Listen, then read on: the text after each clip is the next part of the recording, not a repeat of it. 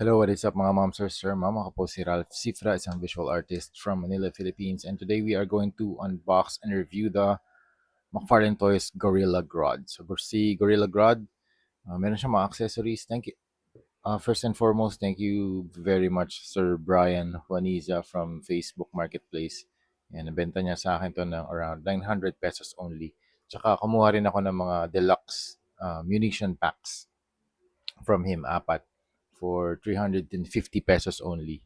So if you want to buy some McFarlane toys, pwede kayong kumuha ng McFarlane toys sa kanya. Okay? Meron din siyang comic book, The Flash. So you have Heatwave, Captain Cold, Gorilla Grodd sa gitna, and The Flash dito sa lower right. And quick browse lang natin. A very nice comic book. Ang ganda ng mga illustrations. Sobrang trip na trip ko talaga itong mga gantong style of artworks. Super cool, very dynamic, very expressive. The layout, combination of text, colors, graphics, illustration, inks, sketches. Yan. So ito yung mga references ko for my drawings. And let's proceed with Gorilla Grodd. Gorilla Grodd stands around, ilan to? 1, 2, 9 inches tall. Yan, around 9 inches tall. Tapos yung width niya around 1, 2, 3, 6. Mga 6 inches yung width niya. Very nice, very bulky. Para siyang uh, parang King Kong yung build niya. It's a very nice ape design or gorilla design from McFarlane Toys. So you have the large belly here. You have the armored pieces sa head, sa shoulders, sa chest, and dito sa kanyang belt or sa kanyang crotch design. You also have the back side of the body. Ito yung kanyang cape. Meron din siyang cape. Very nice.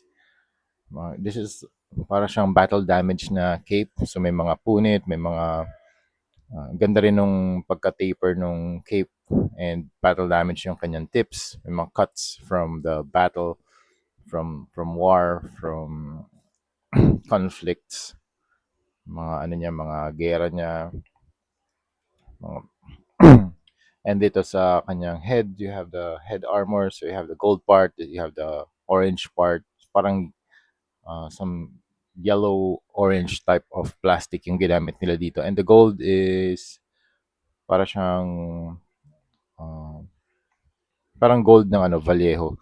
They're very nicely painted, wala namang mga overspray. And yung kanyang type of plastic dito, para siyang ano, parang rubberized. Para hindi nag-hinder sa articulation. You can still put the arms, you can still rotate the arms, you can still move the cape. Actually, meron siyang peg dito. Tapos ang ginamit lang nila dun sa peg is super glue para hindi matanggal. Okay? Yung helmet hindi siya removable. You also have the eyes, the nose, the mouth, tapos meron siyang dalawang fangs. And overall, yung texture niya sa body, yung hair ng ape. So dito mas maikli, dito short hair, tapos dito mahaba for protection. Yan. Protection from the cold. Yan, dito rin sa kanyang legs and sa feet. Look at the feet. Very nice. One, two, one, two, three, four, five. Five toes. And you also have the hands. Para siyang yung overall na build niya very sturdy, wala namang loose na joints. Tapos meron din siyang dark blue na dry brushing across dito sa mouth, sa hands and sa toes. Ano pa ba? Okay, tapos yung kanyang armor merong mga lines, mga engraved na lines so that we can do some panel lining na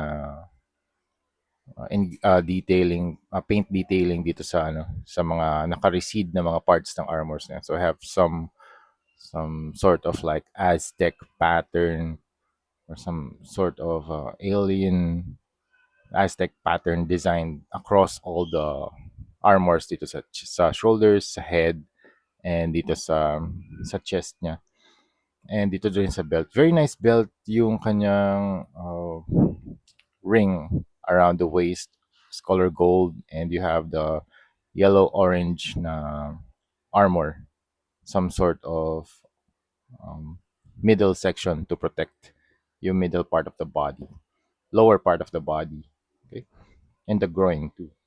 So in terms of articulation, head can look up, very nice.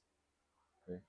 Head can look up, can rotate 360, hindi naman naghihinder yung mga armor niya. Can look down, cool. Nakakatingin pa rin siya sa baba. Okay?